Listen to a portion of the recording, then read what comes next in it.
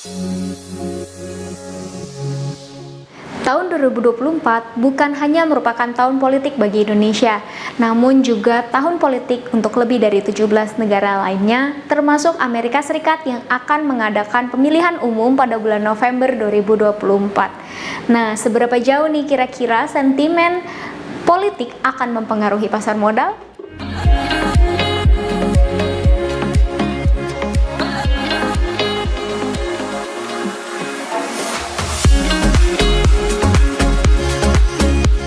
Pak Rudi, 2 hari lagi menuju hari H pemilu.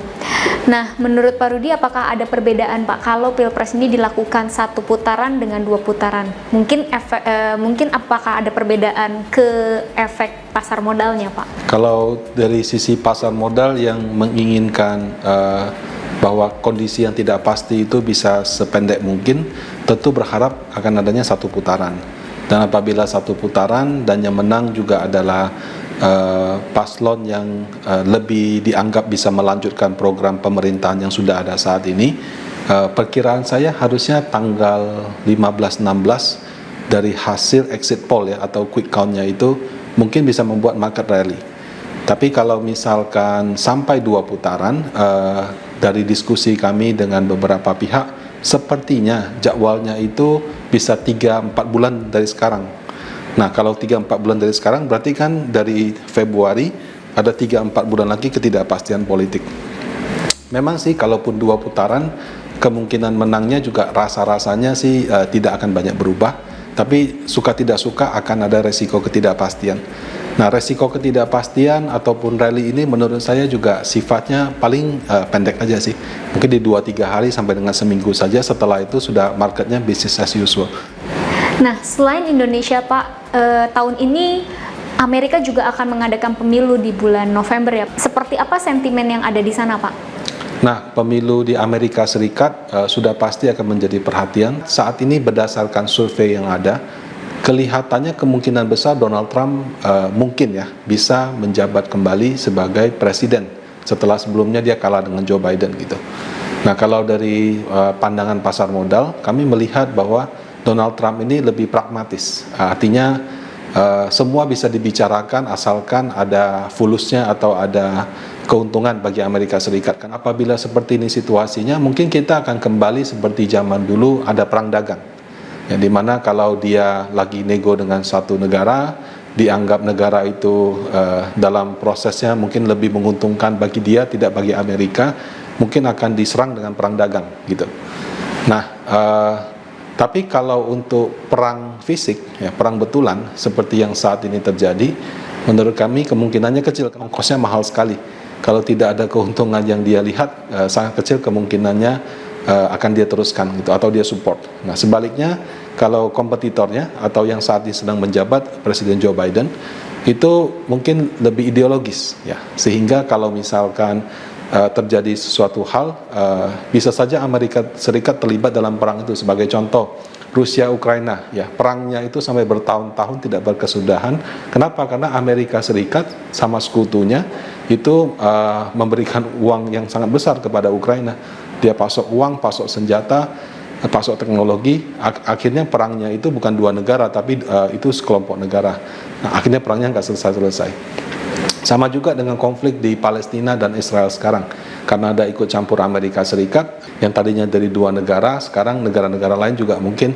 Jadi kalau dari sisi pemilu Amerika Serikat, yang satu mungkin ke perang dagang, satu lagi mungkin ke perang betulan. Nah, yang saat ini sebenarnya juga sudah terjadi. Kalau dari sisi ekonominya, kebijakan suku bunga, walaupun itu bukan hak presiden, tapi Presiden Donald Trump pada masa kepemimpinannya itu sangat menekankan kepada suku bunga itu kalau bisa serendah mungkin. Cetak uang ya atau quantitative easing daripada bank sentral kalau bisa dijalankan terus saja. Kenapa? Karena itu menguntungkan bagi perekonomian. Walaupun sekarang terjadi inflasi tinggi. Nah, jadi kalau Donald Trump menjadi presiden, potensi penurunan suku bunga lebih cepat dan lebih tajam itu bisa saja terjadi. Bahkan bukan tidak mungkin yang sekarang sedang quantitative tightening, yang artinya sedang dikurangi pelan-pelan pembelian obligasi negara oleh Bank Sentral US, itu diminta untuk kamu easing lagi.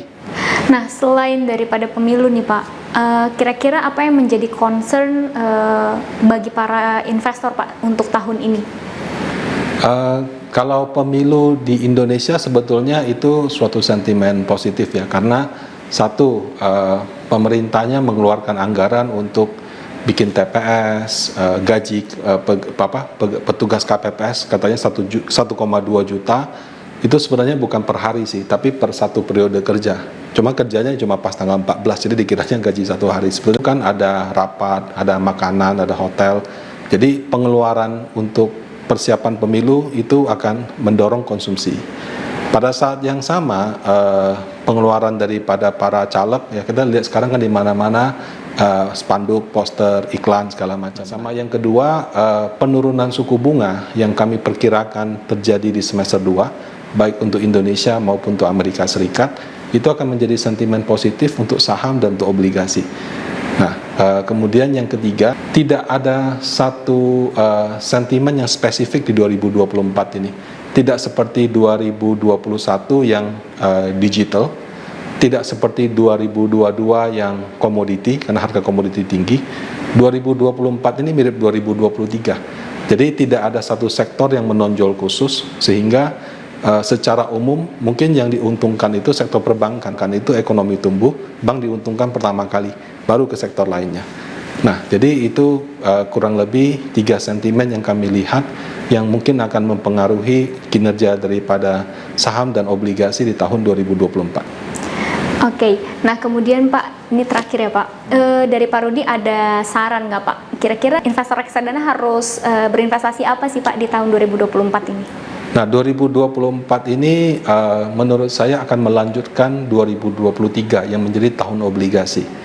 Tahun lalu kalau Anda beli reksadana fixed income tergantung ya, kalau banyak obligasi pemerintahnya mungkin bisa 6-7%, kalau obligasi corporate mungkin 4 sampai dengan 6%. Tahun ini kami juga melihat sama, penurunan suku bunga yang akan terjadi tidak hanya di tahun ini tapi juga berlanjut ke tahun 2025 akan menjadi sentimen positif, sehingga reksadana pendapatan tetap itu salah satu jenis reksadana yang akan diuntungkan.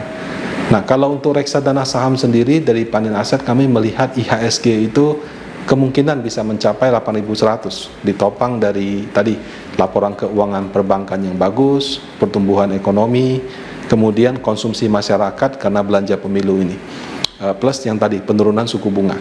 Nah, jadi kalau misalkan kondisi-kondisi tersebut terjadi, maka IHSG ada kemungkinan bisa ke 8.100, dan apabila mencapai 8.100, mudah-mudahan juga menjadi tahun yang bagus untuk reksadana saham. Nah, hanya saja reksadana saham itu memang jauh lebih volatile. Jadi kalau reksadana fixed income mungkin kita bisa penempatan sekaligus gitu. Kalau reksadana saham baiknya kita bisa cicil beberapa kali sambil melihat pergerakan pasar. Hai sahabat Panin AM, terima kasih ya sudah menonton video ini. Jangan lupa like dan subscribe supaya tidak ketinggalan video-video terbaru dari kami. Untuk menonton video terbaru dari Panin Asset Management, silahkan klik video berikut ini.